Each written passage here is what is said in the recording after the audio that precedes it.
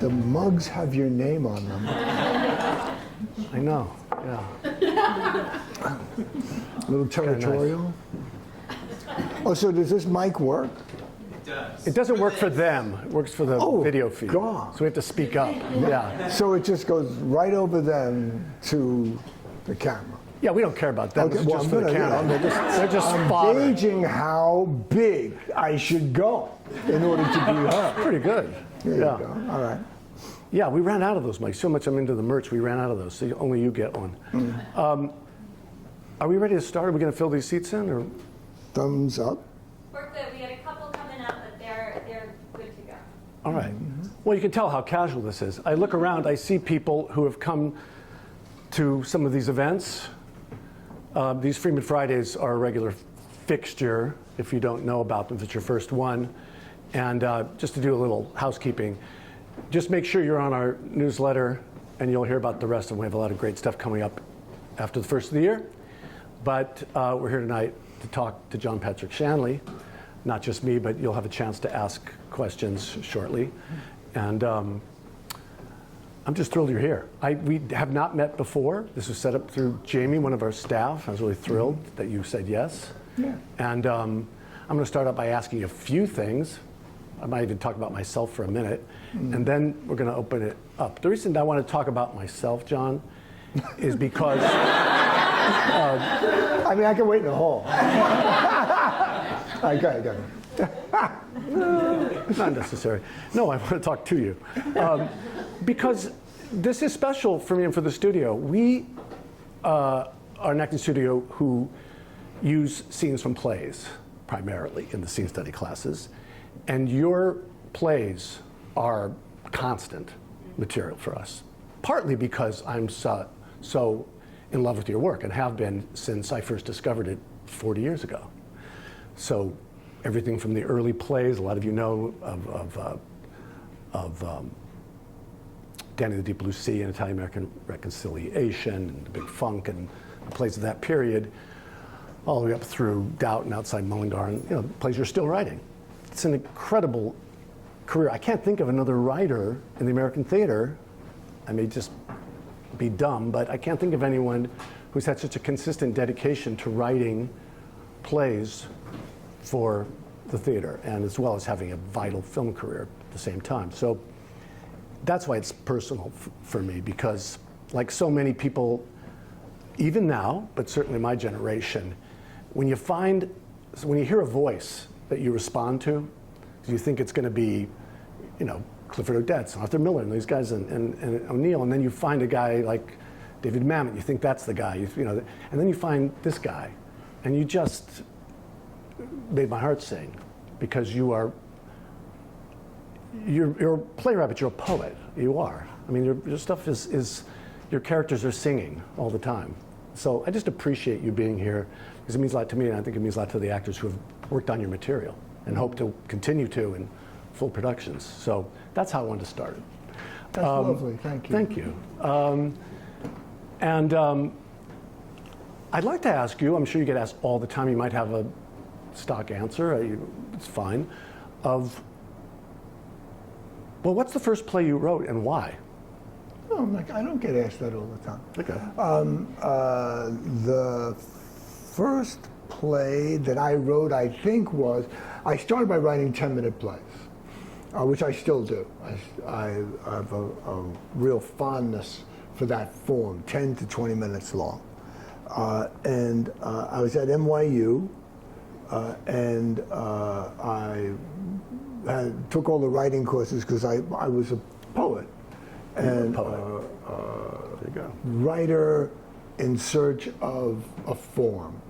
So I tried a lot of different forms, and then I had taken all the writing courses at NYU except Introduction to Playwriting. So I took that, and the person who ordinarily taught it got sick, and so they had this woman who was the film critic for the Wall Street Journal at that time, Joy Gould Boyum, teach it. Very smart woman, knew nothing about playwriting. And so she said, and very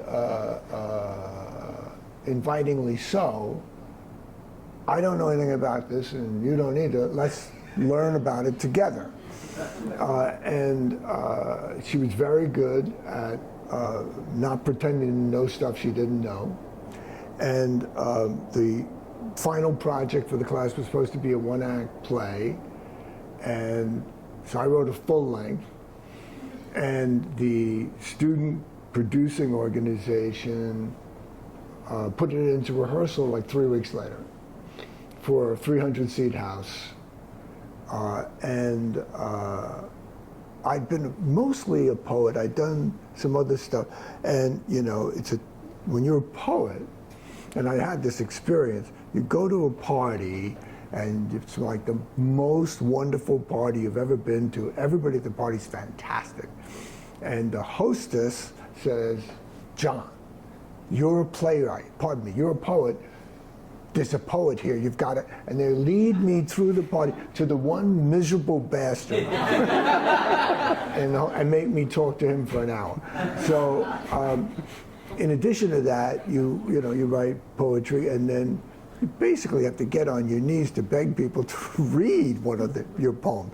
People don't, they say they want to read the poetry, but they don't really want to, it seems to me. And in theater, they started making flyers, they started putting up posters, they started sewing costumes. I'm like, well, this is very different than the lonely monastic existence I've been in for several years. And so I'm going to do this. But the reasons ran deeper because it was my form. And I very quickly recognized that this is what I did. And I proceeded to write a number of, like one of the very first plays I wrote was The Red Coat. I had a teacher, not that marvelous woman, a guy, he was the head of the educational theater program. And I'd written this one-act play, The Red Coat, and he wrote children's plays that I'd read a few of. I asked him to read it, and he read it, and he said, "Oh, I think it's good, it's good." And I said, "Do you think I could get it published?" And he went, "No, I don't." And that play's been done all over the world. Yeah. And every time it's done, I think of him. Even though he's dead, I'd like to dig him up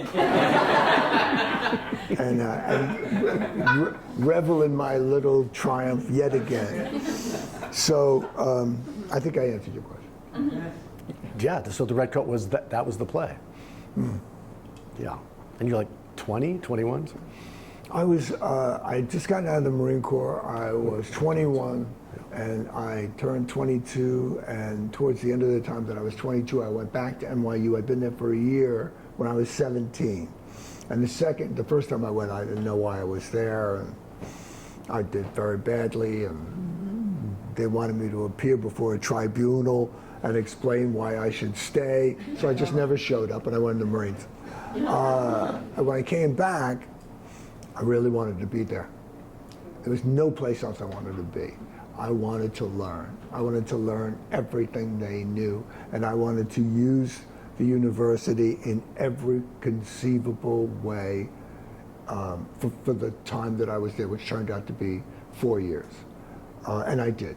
I did a lot of producing of plays, writing of plays, acting in plays, but less acting than the other things, because I found acting a little dangerous for me, because I thought, like teachers would say, you could do this, you know, and I would get mad and say, you shouldn't tell people that.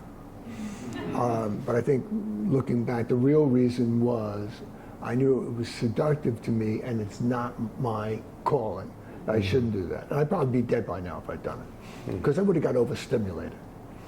I need to step back periodically, pretty often periodically. Is there any kind of lineage for you? I mentioned some playwrights a minute ago from the past. When you first started writing then, had you seen a lot of plays? Had you read a lot of plays, or were you just jumping in? When I sat down to start writing plays, no. I had I had seen Cyrano de Bergerac when I was on stage crew at Cardinal Spellman High School in the Bronx. And I saw The Miracle Worker there, and they were both excellent productions. Then they threw me out of Cardinal Spellman, so I didn't see any more plays there. But then when I got out of the Marine Corps, the woman I married was a second string critic for an obscure cable company. And that meant she got second night tickets the night after opening night to just whatever the heck happened to be on. And so I started going to theater with her and a lot of screenings as well. And I remember that time fondly. Well, I asked because, as I said a moment ago, I think you have a unique voice. I'm wondering if you were influenced by any of those deliberately or maybe not realizing. Well, what happened was once I decided that I was a playwright, which I decided very quickly after I started writing dialogue, was I read everything. So I read, the complete works of Eugene O'Neill and Tennessee Williams. I read every play that had been produced on Broadway and off Broadway in the United States from the inception of theater in this country. I just buzzed through them, and I was very, very excited and interested in what other people had done. And I still remember with a thrill just the certain moments of picking up a script and going like, what is this? And starting to read it. I remember moments where I was thrilled by the play. Like I remember picking up Bent and reading Bent. And I'm reading, and the two guys talking, and it seems pretty nice, and things are going, and then a bunch of these Nazis burst in and machine gunned them to death. And I was like, holy fuck, you can do that? And that blew my mind. And then I remember reading Royal Hunt of the Sun, and a guy comes out in full conquistador armor and talks directly to the audience and says who he is as a historical figure. The name escapes me this minute. And I was like, you could do that? I could like resurrect Benjamin Franklin and make him say whatever I want? That's kind of wild. And actually, I'm still very drawn to that idea. And I ended up, many years later, doing a play called Cellini about Benvenuto Cellini, who was a Florentine sculptor in the 1600s. And the play begins with him speaking directly to the audience. And he said he has to talk a little loud because he's got to speak over 400 years. So that's sort of my way into it. And I would like to do that again. I would like to visit some other time again, especially because this time it's getting a little much. So, maybe we should take a little break and go some other era, maybe like a monastery or something, in the garden, So, the remedy for being an artist is to find the thing that frees you from whatever prison you're currently in. So you're an actor, you've got something inside of you that you've never known where to put. You find the right play, you can put that thing there at last. You can put that burden down at last. You can say that thing that you never got to say at last. And that's probably the biggest reason I write, is, so that I get to say the stuff that there's no place else that it's the right place to say it. Now, I've been doing it so long now that I have other concerns and conceits and hidden doors that I use to get into the treasure room, I'm working on a play right now, and you're working and you're working and you go, oh, this is good, this is good, this is good, but where the hell is the treasure room? How do I crash down that last thing and get to the real place? And that's excitement, and it's also the frustration, because sometimes you just start writing and you fall right into it. And sometimes you write for like a year and you can't find the door. You can't find that door in. And I have no doubt that the same thing is true for actors. Have you written anything where the treasure room came first? Interesting question. No, in fact, I think my definition of the treasure room is I have to establish everything else first, and then find out where that thing that is the reason that I didn't know, that I wrote the play, what that is. And if I didn't know, then the audience doesn't know. And that's important. So when I find it, they find it. And they go like, oh my God, I never saw that coming. And that is, just a thrilling thing for audiences and for the writers and for actors, that moment of epiphany, connection, communion, and that when Frankenstein's monster gets put up through the thing and the lightning hits him and it brings him to life, it's that. So that sounds like you're not really thinking too much about the audience while you're writing. They're with me from the first word. So, if it's a two-hander, if it's you and me, it's you and me and the audience. And so I am always leaving a place for them to have their response moment to moment to moment. Some guy wrote a book about playwriting, and most of the book, but he had this one thing, he had a diagram, and that is like, when I'm talking to you, the arrow doesn't go from me to you. The arrow goes there, and then it goes there.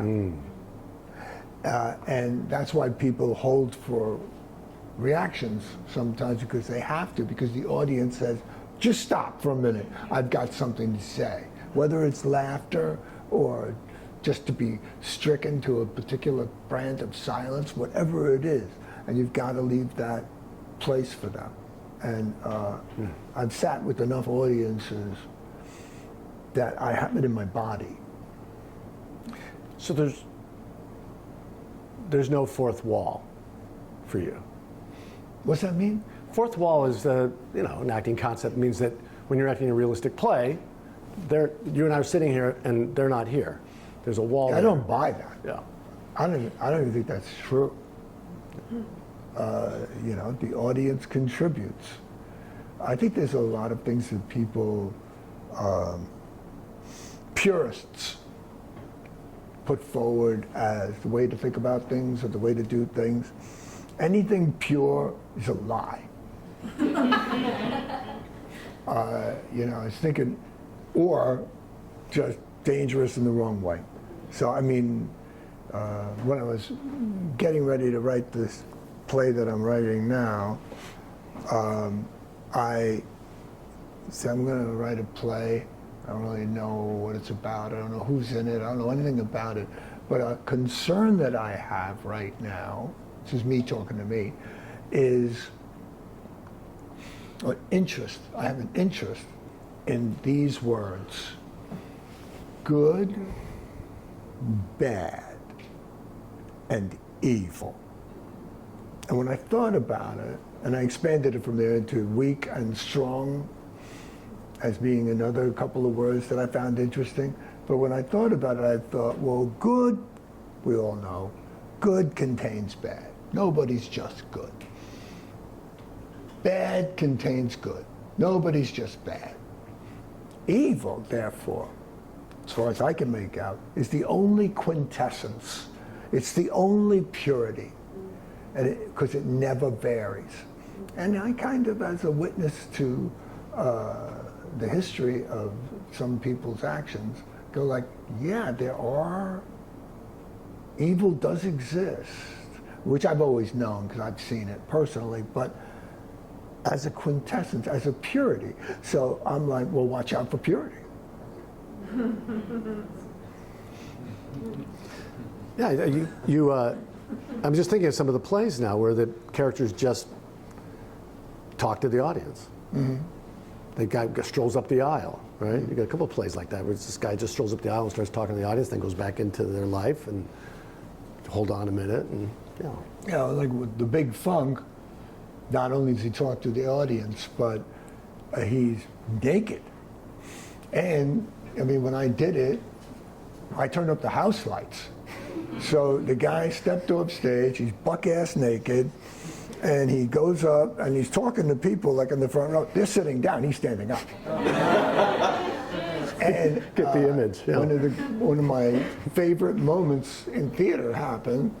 It was a matinee, and he was talking to some people in the audience, and a guy, like an older guy, he put his hand over his wife's eyes.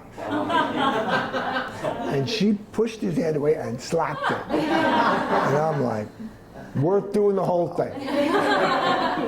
That's really good. Hey, can I ask you a few more things? I really want people to ask, if people have questions, I hope. I'm going to segue to your directing. It's another thing about you. Many writers direct their plays, but you have a pretty consistent track record on that. And you've directed your own films, right? Mm-hmm. That you've written. Since it's an acting studio, I'm curious about, in your casting and then in working with actors, if you have a certain criteria or a certain what you're looking for to do your plays. Well, first of all, there's the undefinable, ineffable, this person, not that person thing that you go through. But in addition to that, some people walk in the room and they own the room. I remember seeing a production of Gypsy with Patti LuPone. Mm-hmm. I'd never seen Patti LuPone on stage before. And they'd be doing a dialogue scene like this, right? And blah, blah, blah, blah, blah. And now she's going to sing a song, right? So she's talking to you, she's blah, blah, blah, blah, blah. And it's like, God, she's like, okay, man, the house is hers. And if you try to take it away, she'll kill you. That's a form of power that must be respected. It is not the only way. There's many, many ways. But when somebody comes into the room with a generous heart, not a pig, they come in with a generous heart, and they have something to share, and it's good, and they want to give it to you, you better let them. That's only right.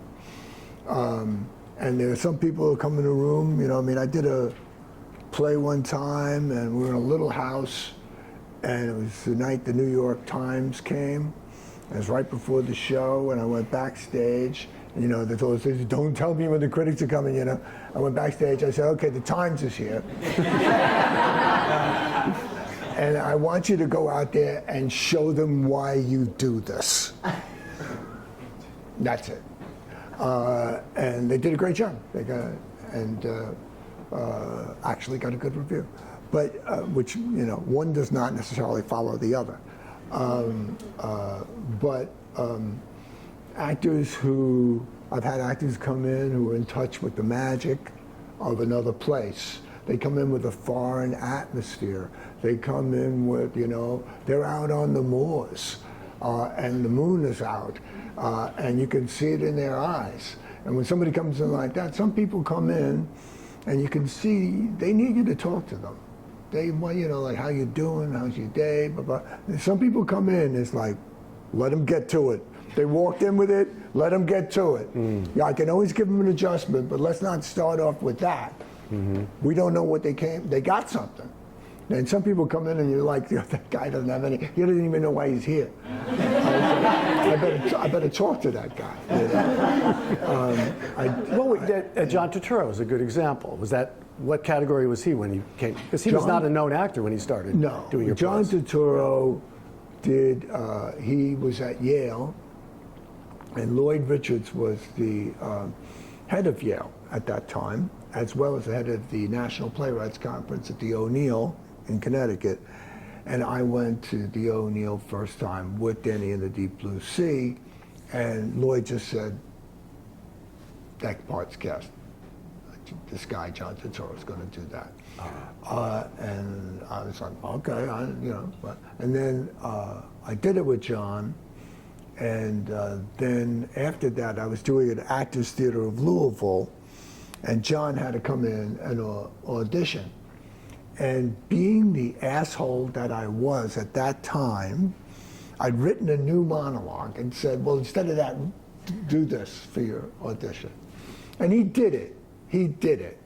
But what a jerk I was to put, because to me, it was, and it has to do with the stuff that makes me cringe about my own personality. So in so many memories that I have that hit me in the shower is that I have to play. I have to play. That's why I'm doing this, because if I don't, I'll get bored and I'll want to die. So I've got to play, even if it means like, this may ruin your career, but I think it'd be really interesting. And, so he did that, and we ended up doing it in Louisville, and he gave probably, him and June Stein gave probably the greatest two performances I've ever seen in my work or anybody else's work. Wow. I was like, well, that was, as one of the critics said, it was like a tidal wave went through the theater. It was like nothing I've ever seen before. So that was a special thrill. And John and I had, I went out and I fought for him to get Five Corners, his first feature role in a film. I did Italian-American Reconciliation in New York with him. Larry Kasdan wanted to do it as a play with like Kevin Kline and Jeff Goldblum and Gina Davis. And I said, no, I'm doing it with John Turturro. I don't even know if I ever told John that. I should call John up. You call him now? Don't have my phone with me.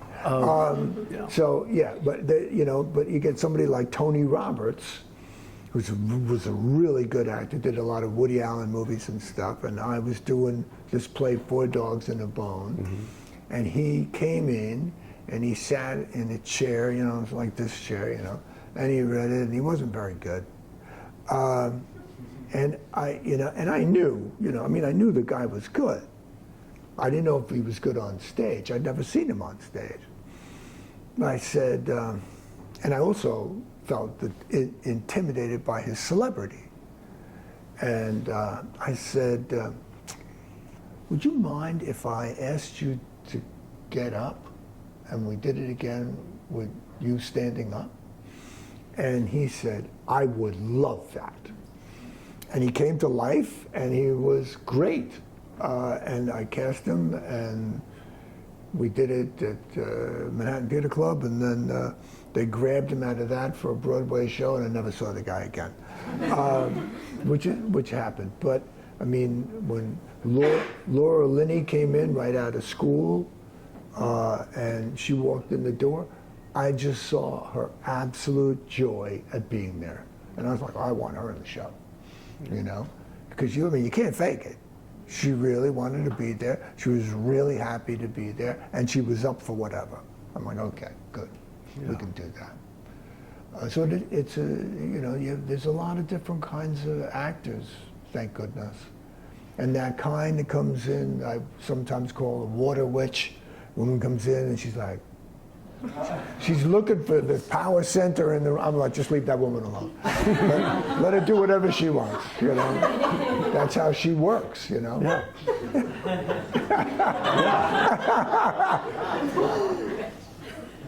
So I was asking about directing. So that's how you direct her, by just pointing her in the right direction. Directing, actually, to direct, not to over talk, but directing, I watch what the actor does. I never start by imposing some idea on how this should be. I hired them because I liked something about what they were doing or who they are. And then I watch them. And I would say, you know, it's sort of like that English riding thing where they basically do everything with subtle pressures of their legs, that the horse knows what they mean. If you understand the play and you react to what they're doing, they will understand the play through your reactions rather than you going on and on talking to them about whatever. And then you shape what they do. You're like, oh, that's great, and that's great, and let's work on this part. And walk them through the role till they understand. And you don't have to be the one who explains it. They can be the one who figures it out. You can just say, okay, there's an obstacle here.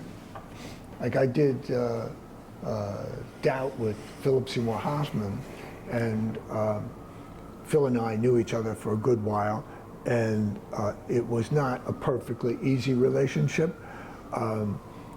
because, as he said to somebody, he said, 2 alpha males in the same room. But then when we did the film afterwards, he said, no, actually that was all right. And so we did the film, and most of the time, I didn't have anything to say. You know, you got Meryl Streep, you got Philip Seymour Hoffman, Amy Adams, Viola Davis. You just shut up. You just let them do whatever they do, and then step in if you need a little of this or you need a little of that. And with Phil, we were doing it, and we got to this scene, and he was supposed to go over to these blinds and open these blinds, and he's talking or whatever, and I could see he got very irritable, and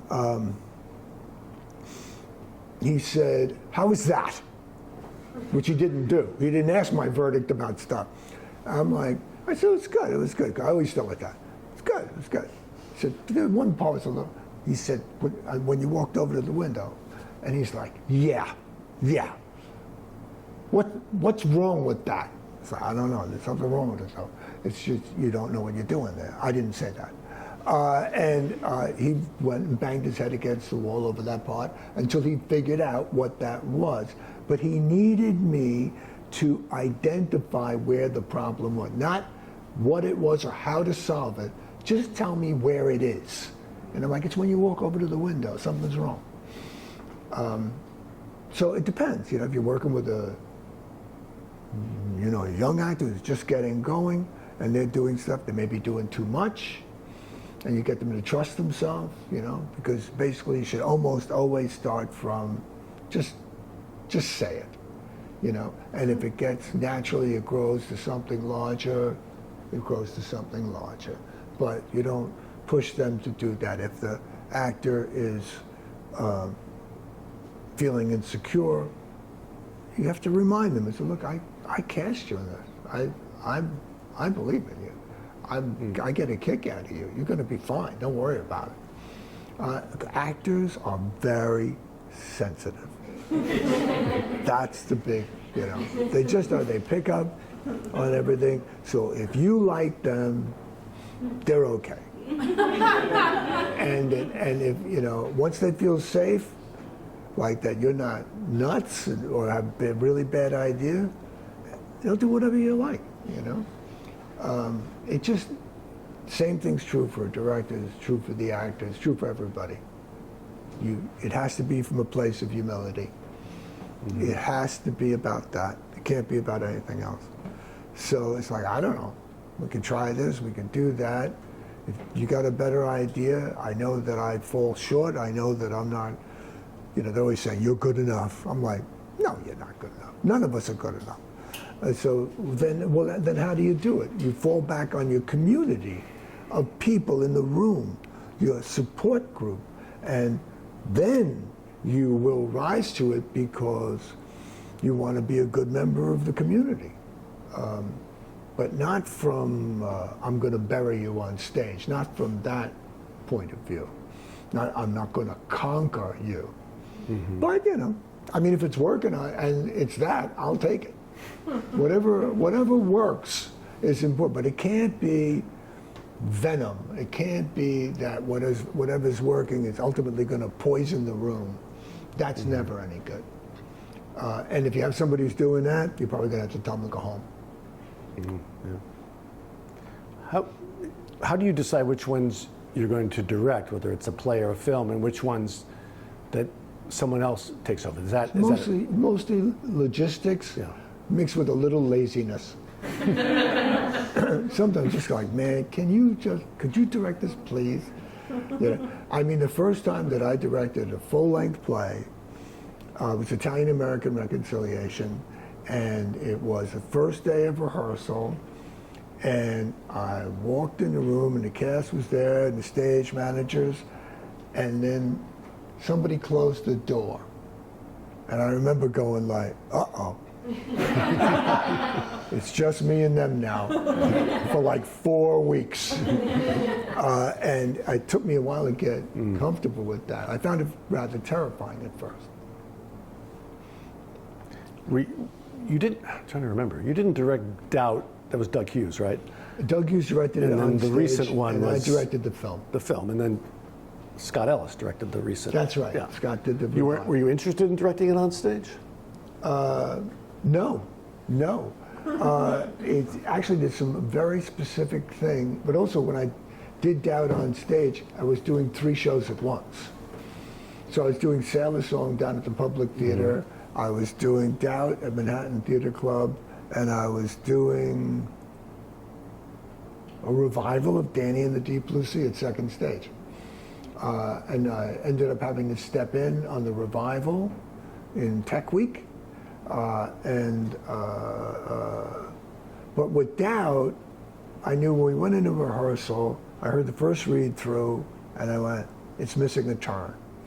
Because what was happening was the scene with the Mrs. Muller, the black mother, and the nun was blowing the doors off. And then the confrontation between the priest and Sister Aloysius fell just a little below it.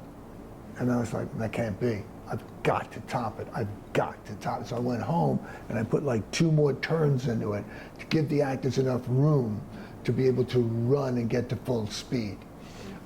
And so I did that over the first 2 days, brought in the changes, and then the play was done. It was done. Yeah. And some I rewrite forever. Cellini I rewrote until opening night. I put in the last change on opening night. Beggars in the House of Plenty, I put in the last change before the last performance. And the cast was into it. They were like, yeah, because I'm calling a rehearsal. This one part is, and we're gonna work on it. We're gonna get it right. That's a great feeling. Yeah, that's great. I'd like to ask for questions. Anybody have a question off the top of their head? I don't have my glasses on, but I don't know your name back there. Oh, it's Richard. Hi. Hey, Hello. I'm curious how you think about balancing the roughness of your characters with the lyricism and poetry that they inevitably find in your writing. Well, you know, I grew up in the Bronx, in a violent neighborhood, just very blue-collar, urban, a lot of cops, firemen, and then the uncivilized people. I love being alive. I really do. And I really like people. And I was watching all this. What comes to mind is there were always beer bottles and soda bottles broken on the sidewalk, and looking at them and realizing that they were diamonds, realizing that they were compellingly beautiful, and people just walked by them and walked by the dog shit and walked by the amazing things that they were saying to each other. I was walking here and I heard some guy say to a woman, and there was a pedestrian on a bicycle, and I thought, how is that possible?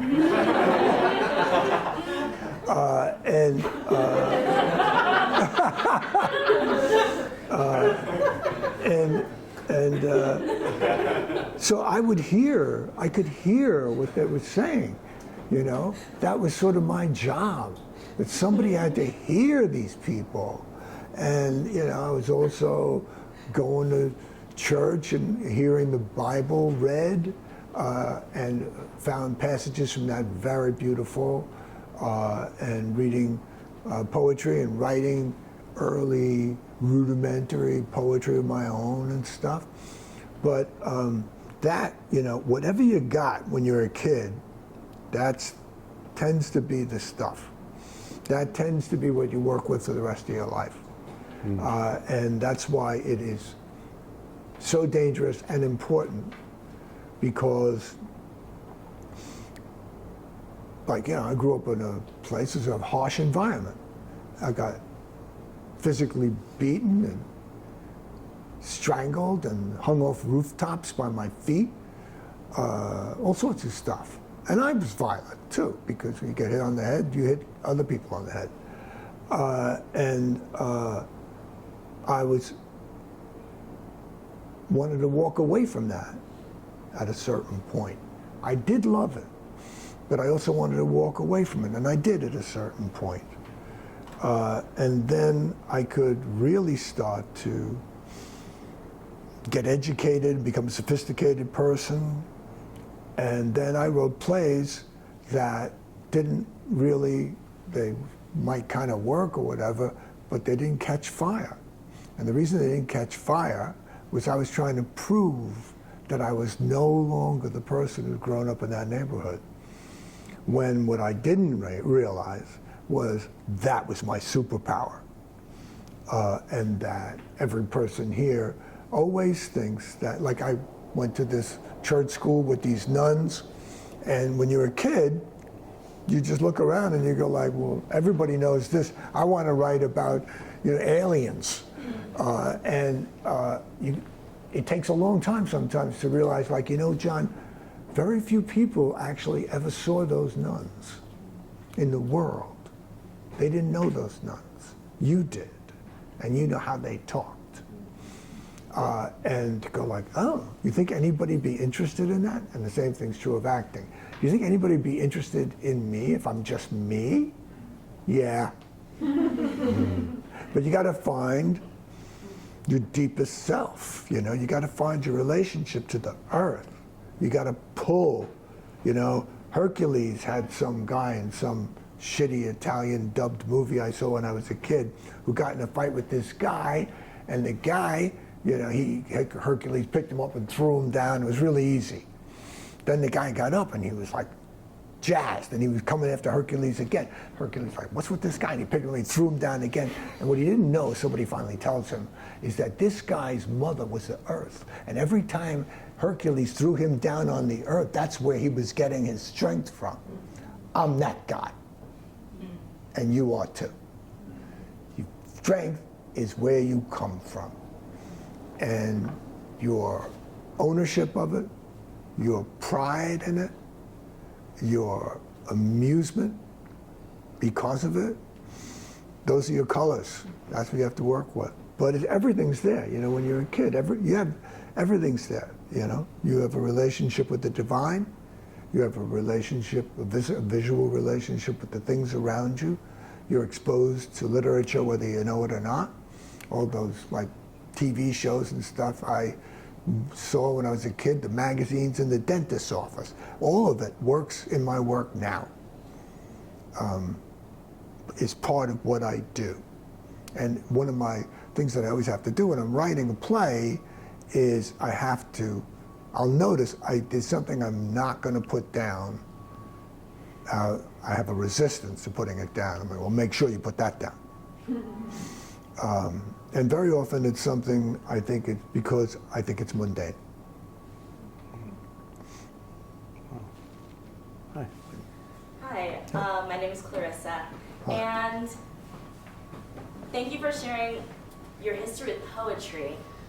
I'm curious because your language, of course, as actors, we hear the poetry, we live it, we breathe it, but then taking that and putting it into film, which I feel is more visual based, how is that writing process for you to take something that's driven by language that people speak on a stage and then putting it into like a medium where, yes, people speak, but there's also so much storytelling with the visuals, with what we're seeing? Well, I mean, when I was a kid, I watched a lot of movies on TV, and I noticed at a certain point that some of the movies were different than the other movies. And I was like, I like those movies better. It turned out there were always movies that had been made of plays. Because I'm a language guy. And I'm a visual person, yes, but I love me language. I love to, you take it, I always sort of think of it like it's a flight of stairs, that you get, and somebody says something, and then somebody says, well, you know why that is. And you see, oh man, they're starting to climb the stairs. They're going to go up the stairs. And then by the end of it, they're Barry Manilow. They're like up on top. And I live for that. And it's hard to do sometimes, But certainly Shakespeare was like, he totally was into that staircase. And I gravitate towards it. But it's, you just ignore that stuff that people say about it's, you can do this and you can't do that.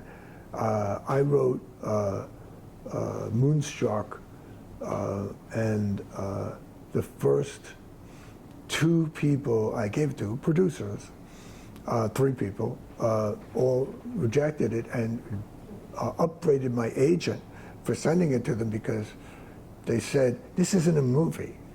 This is just dialogue.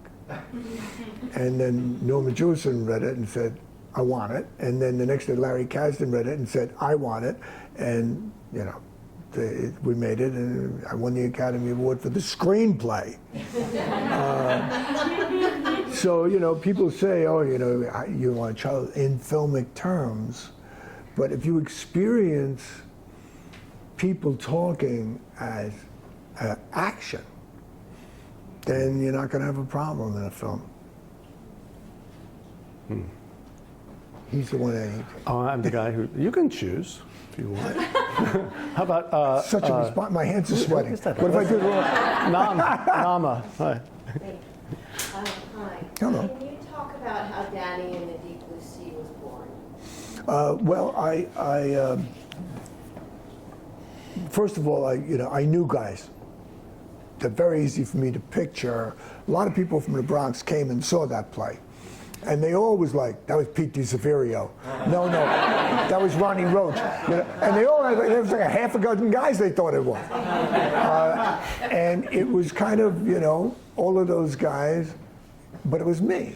It was what I had gone through emotionally and physically in that place, and how the terrible, now I had left the Bronx, I wrote the play, I was like 32. And I left the Bronx, 10 years before that or something. I'm trying to do the math. That would make me 12? No. Anyway, no, I was 32 when I wrote the play. And I was in current emotional circumstances where I couldn't go on. I had reached a place, I had reached a dead end. I was a living lie. Everything I said was untrue. And I had so much feeling and absolutely no place to put it. No place that I felt was allowed or legitimate to say what I actually felt. And when it got to be overwhelming, I sat down and I wrote the play in a couple of weeks, and needed to. And then wrote Welcome to the Moon, same time, and then I wrote Savage and Limbo, same time. I wrote them like in a streak, and when I finished Savage and Limbo, I got to the last line, got up and left my wife. And walked out the door. I had no possessions, I had no money, I didn't know where I was going, and my life began that day. So Danny, that's the reason I wrote it, that's the atmosphere I was in when I wrote it. And things didn't immediately change when I wrote it, but it took a couple of years before that launched me in a way. But yeah, when I did Danny and the Deep Blue Sea, we did it. It was in a commercial run, and after we did it at Actors Theater of Louisville, and opened in the summertime. Well, apparently everybody leaves town in the summertime, and that's not the kind of play they go to in the summertime if they stay. And so business wasn't that good. So I made like $5,000, and when I wrote, and then I was working on Savage and Limbo, no one wanted to do it.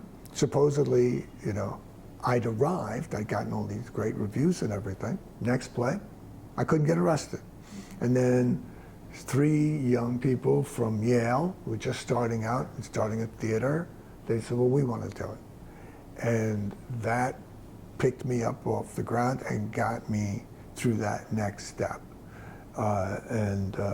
Long about then, I wrote my first screenplay, and that got made. And when that wrapped, Moonstruck started shooting a week later. So and all anybody ever told me was, it never happens this way. That's all anybody ever said the whole time. And I'd be like, no, here I am. This is what's going on. But I was going to do it one way or the other. I was going to write these plays. I was going to put them on one way or the other. I wasn't writing them to make money. I was writing them so I wouldn't die. Wow. Yes, Yeah. Allison. Oh no, you see that? Oh, did I screw it up? No, it's Derek. We'll Derek first. she's got to be next. She's got it. She will be. On the subject of like stage to screen and keeping what you had as a kid and Shakespeare, like where did We're Back come from? And I don't want to seem like That came from- asking that question because I love that movie so much and I actually like reference it all the time. Thanks. man. What movie? What? We're Back. We're Back. It's an animated feature Yes. I don't even know it. produced by Spielberg, And it is Shakespeare. I did We're Back because Kathy Kennedy and Spielberg called me up, and they had this book, We're Back, about dinosaurs and modern and somebody turned in a screenplay, and they asked me if I would read it. I read the screenplay. It was just terrible. It was just, I can't even express. So I said, yeah, I'll do it. And I wrote it, and it ended up, because it was animation, and because it was Steven Spielberg, you do post-production, and then you do production, and then you do, do pre-production and production, then post-production. We were in post-production, and Steven would call me up and say, I got a great idea. And sometimes the ideas were good. And I'd say, okay, yeah. And so I write this scene, and they give it to the animators, and off they go. This was going on for a while. And I'm like, then I get a call from producer, Frank Marshall, nice guy. And he's like, John, you've got to ask for more money. I'm like, really? He said, John, the movie won't end. It's a lifestyle now. We're just going to keep putting in scenes. Steven doesn't pay attention to the budget. I'm like, okay. So I asked for more money, and they gave it to me, and we kept going. And then eventually the film was done, and Steven said, "Who do you see in this part?" And I said, I'm like, I don't think we're actually going to. And so I said, Walter Cronkite. Picks up the phone, he goes, he gets Walter Cronkite. And I'm like, okay. I said, well, and Julia Child calls up, gets Julia Child. And then I said, Mickey Rooney. He said, that's where I draw the line. So yeah, no, it's an unusual experience. I'm actually, I have a project now with J.J. Abrams, animated feature that he's trying to get made, which is almost totally silent, and which I like very much. But I wrote that on spec and found it to be a super interesting thing for me to do, because I watched a lot of silent films, and same thing I did back when I first tried to figure out how to write screenplays. I watched like James Bond and said, how do you write that? And like somebody had to write that, and sort of broke it down for myself. And so with the silent films, they were faced with telling a whole story with no dialogue, a few title cards here and there. And that's a fantastic way to start to think about storytelling visually, because that's all they had. And so I set about doing that now. And I would go on long walks, imagining silent scenes. And I have to tell you, it was one of the most pleasurable experiences of my life. Along with Outside Mullingar, I had a very pleasurable time rewriting that. That was my favorite rewrite. I love that play. And there's a film of it, too. You did- Yeah, A Wild Mountain Time. Yeah. Chris Walken's accent was unfortunate.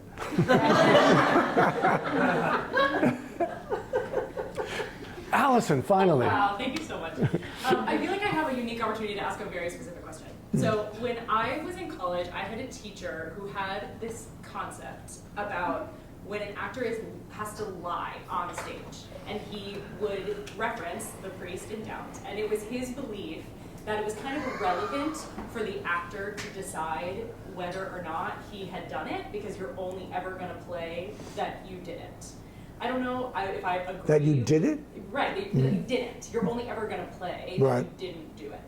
That you didn't do. That you didn't do it, right? I mean, he doesn't want to like get. Why would you say that? So that was my first question. What Yeah. are your thoughts on that? And B, can you tell us, did you do it? Yeah.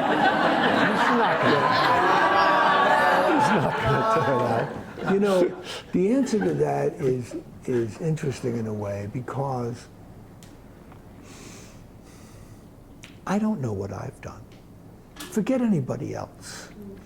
People lie to themselves so often and so deeply that you must truly take that into consideration. Like if I'm an actor and I'm playing a part and I'm lying, I'm not sure when I'm telling a lie that unless I'm supposed to be telling a lie where look, that person's lying.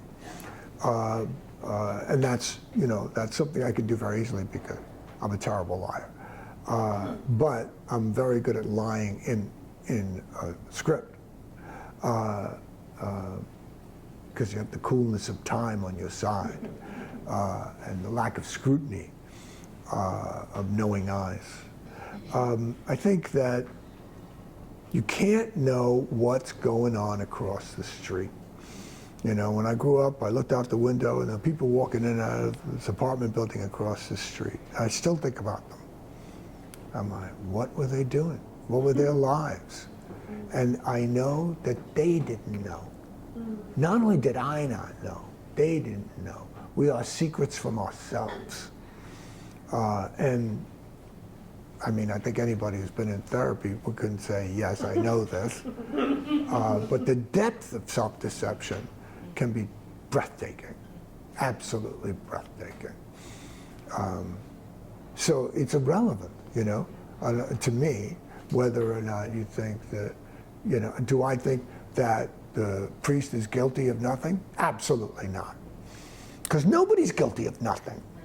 We're all guilty. We're born wrong, And it isn't just that I was raised a Catholic and was taught original sin. When you think about it, when you see what's going on right now, where we had this kind of thing where the moral high ground belonged to the Democratic Party, and then you start to get this sickening feeling of like, well, maybe nobody has the high ground, which is what Trump was saying all along. And, but you don't want to agree with that either. So then you're like staggering through outer space looking for firm ground, and it can only be gotten when you are on the earth, when you have a personal truth that you bring to every situation. That's why it's very difficult to, let's say, like lie to a farmer. They got, the way that they communicate, it's a whole different thing. Because they just, they work with very practical things all day long, and it tends to ground them. So did he do it? He did something. Sure. I did something, you did something, everybody in this room did something. I was just thinking the other day about, the whole thing about slavery. In other words, you're saying like, you're responsible in part for slavery. And I'm like, I'm good because, my people are from Ireland, and we were the oppressed group, and we weren't even here during slavery. And I know I'm bullshitting myself. But it doesn't have anything to, either we're all guilty or nobody's guilty. And the truth is, we're all guilty. We can start from there. Everybody can relax. We're all guilty, and now what? That you got to find whatever it is that finally puts you in the present rather than the past or the future. And I think it always starts. I know I'm no good. It's like I can't get in the shower in the morning and remember the things I remember and get out the same person as I go in. Every day I go, why did I say that? Why did I do that? But and there was a time, maybe 15 years, where I didn't know that. I thought I was a good person. I was a really good person. That's gone. I'm not a good person. I don't even remember what the hell I must have been thinking to come up with that. Okay. There's somebody over here. Okay. I'm Sarah. Hi, Sarah. With an H or no? With an H. Okay. There's no other way. You were talking about how you had worked with all of these really established people like Meryl Streep and Philip Seymour Hoffman, like fabulous directors, and you also talked about, which I loved as like a young director and a young writer, being in a room and being like, oh shit, now it's my job to like direct these people and to give them leadership. And are there tips and tricks of things you've learned along the way of how to kind of facilitate those rooms and to stand firm in your leadership position and your vision? Or is that just kind of something that comes with time? I don't think you should stand firm most of the time in any situation. People standing firm are like bowling pins waiting to be knocked out. It's more like respect, humility. Respect is like, if you're nervous, you say, I am nervous. And I know you're looking to me to, and I'm going to do my very best. That's what I can tell you. I will do my best. But I may be slow at first. And you may have to help me. Because then, you have Confederates as opposed to opposition. You don't want to get into, I've done it, because you do it. We get into like a standoff with an actor, when I was younger, when I didn't understand the power of taking a step back and going like, oh, maybe you're right. Try it that way. But then, sometimes, and also you have to honor your emotions at a certain point. You start to get pissed off. If somebody is a pig, as in one example, a pig is like, I remember working with an actor, and he always found a way to plant himself downstage and made everybody else face upstage to talk to him. And I'm like, and I would say to him, he said, move. Finally, I had to go up on stage and push him like this so he would stop upstaging everybody. And if I left the theater for an hour, he was back down there again. But most actors are not like that. And you want to, when you're looking for people to work with, look for people who are humble and listen and have talent, have something to offer. But you're leading a group of people who all should be going like a river in the same direction. The thing that you're fighting is the play, to figure out the play, to get the play the way it wants to be. I've written plays and I've had some incredible ideas, and then thought the play says, no, you're not going to do that. I got to do what the play tells me to do. And that can be hard. That can be hard to face. You're like, oh, I thought I had this, inherit the wind play here, and it's actually a slice of life. You get, Malia, hi. Hi, Hey. I'm Malia. You said that you went to NYU, Yeah. and then you went to the Marine Corps, then you went back to NYU, Yeah. and you were more sure. What happened in the Marine Corps? I got that discipline, the regularity of I had to get up at a certain time every morning, quite early, and I had to do what I was told for 2 years, and at a certain early point, I started to see how great that was. Because I discovered that no matter what the situation in the military, if somebody comes there like, and you say, the private doesn't know, sir, you're free. You don't have to know anything. You just have to do what they tell you. And if they ask you to do cockamamie things, you do the cockamamie things. And it gives you a different kind of humility. But in my case, it made me very, it was a meditation. I spent a lot of time, like in basic training, you're not allowed to speak except in unison. That's for 10 weeks. I'd never had any experience like that before. And you all wear the same clothes. Your hair is cut the same way. They give you all the same glasses if you wear glasses. And your feet hit the ground at the same time. It's a discipline that, and so then when I went back to NYU, and they would say, you got to write a paper for this course and take a test or something. I'd be like, that's it? Okay, no problem. And I would get up at 5 o'clock in the morning and write for 3 hours every day.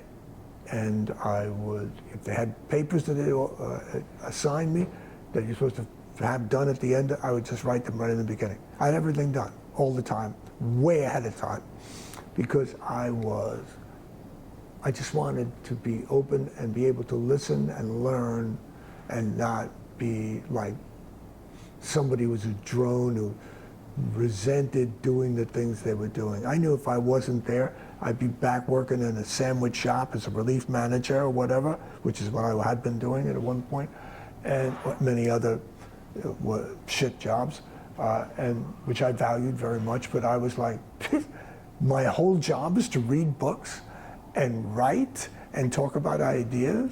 This is the greatest place I've ever been. And it is. It's one of the great conceits, the idea of a classroom for not little kids, but like grown-up people who have real concerns and want to enrich themselves. Mm-hmm. Hi there. Hi, Hey. thanks for being here today. You've spent a fair amount of time now as a central figure in the American theater. When you take a step back and examine the state of theater in America, what most needs tending to, and what do you hope for in the decades to come? Well, a couple of things. So first of all, I felt I was in a kind of ghetto. And so I made arrangements, and I'm teaching acting in Paris in the spring, and I'm doing a new show in Avignon at the theater festival in the summer. because I was like, I just can't be in New York all the time or at some regional theater that's in a mall. So I'm doing that. I went to see a show last week, revival of a play called Orson's Shadow by Austin Pendleton. It was being done at Theater for the New City. Have you ever been to Theater for the New City? Yeah. And I walked in, and I went back to, they directed me to the back. The theater, this particular theater was further back. So I walk in the back, and there's one guy on a couch, unconscious, asleep. That's the only person there. And my first thought was, at last. Because I love that kind of theater. You know, if you want to know where life is, find out where the money's going and go the other way. I'm amazed at how much of life is taken up with talking about money, chasing money, you know? And I get it. God knows I get it. I was very, very poor until I was like 36. Very poor. But this is a spiritual enterprise. Doing plays, doing theater, more probably it's a bigger term, is for me a reason to be alive. It's a form of connecting with the unnameable, and doing a play where you go into a room and you say the same things over and over again in rehearsal, over and over and over again. That's an incantation, and you are, on occasion, going to call something down into that room that's bigger than you, that's bigger than all of you. And it reminds you of why we should not, as a race, be exterminated. We have much to hang our heads about, but we have some great, noble mountain peaks in us that we too rarely visit. And one of them is to truly be an artist, and to let that be whatever the hell it wants to be. And to say the words that are in you to be said, because no one else can say them. I always think about dreams, you know, you have dreams. I'm not talking about someday I'm going to own a factory. I'm talking about you go to sleep at night and you have dreams and you go like, wow, I woke up, I had a dream about a giant lobster. What the hell is that about? Well, I spent, I don't know, certainly 30 years reading about dream interpretation because it fascinated me. And one of the things about dreams is that you get up in the morning and you're like, I dreamt something last night. And sometimes you just like, and you go. And sometimes you go like, make an effort and you remember the dream. Maybe you make it more of an effort, you write it down. No one in the history of the world can remember that dream but you. If you do not bear the responsibility for giving it your best effort to remember that dream, and then if you are bent that way, to ponder what it might mean, what it might give you, no one else can, because no one else had it. That's you, man. That's you and nobody else. I had a dream last night. I dreamt I came upon, or I had a luminous piece of white paper, longish. And I thought, you know, because this paper kind of shines a little bit, I bet you might be able to catch a fish with it, because they like it when they see something shining in the water. And so I threw the one end of the paper in the water and I held the other end. And son of a bitch, if a big fish went, and I was like pulling, For all I was worth, like, my God, when is he going to realize that there's no hook? I've got to get him on land fast because there's no hook. The only thing that's keeping him going is his greed. So I have to pull him up here, and I'm trying to pull him up, and I called to my son, Francis, who was in the bathroom. I was like, but he couldn't come. He was like, he didn't hear me. And I was like, I'm not going to be able to do it. I'm not going to be able to do it. And at the last moment, I landed the fish and woke up. Now, I didn't see the fish. And on second thought, I was like, did I land the fish? Did I land the fish? Because, you know, I'm working on a play. And that dream is about that. And I thought, damn, wouldn't it be great if that meant I'd landed that fish, that I landed that play? And I'll let you know, I don't know. I gotta reread it. But, you know, so that's like stuff on stuff, right? So I wrote this play, and I wrote it. Nobody else could write it. If I didn't write it, nobody will ever write it. That boat sailed. And if I have a dream, and I don't remember it, or I remember it and I don't tell it to anybody, or I don't write it down, then it's gone, man. It's gone. And strangely, I think those are the most valuable experiences we have. And we have them all the time. That one is a little more obvious because it's a dream and you can relate to that experience. But we have that kind, we walk through life and we're picking up stuff all the time. And it's too much, you know, what are you going to do with it? It's everywhere, you know? And so you have to make choices. You have to, what am I going to allow myself to pick up? But, you know, and you protect yourself, and you overprotect yourself, so that then you're oblivious, which most of us spend most of our time walking around oblivious to the miracle unfolding around us. And when you're on stage, and it's a phrase that I do love, when you take stage, when you like, mine, I am here. I am not afraid to be here. I'm claiming my space. I'm claiming my time.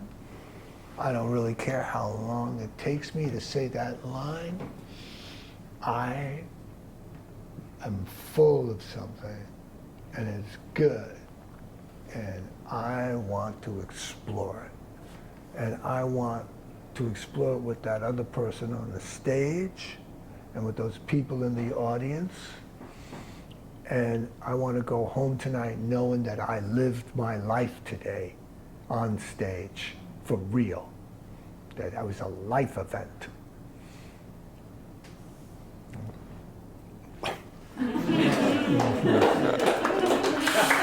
Wow. Well, what is your name? Phil. Oh, Phil, I know who you are, yeah. Thanks for that question. And the answer, of course. And that's a beautiful way, I think, to settle into the end of this event. A couple things before I thank John. We have wine and seltzer, we have more. If you want to hang out, and part of this is about meeting people you don't know, seeing old friends. And so do that if you like, and stick around. As I said at the top, we'll be having more of these. Just a distinct pleasure to hear your questions and to hear your wisdom. Thank you so much for being here.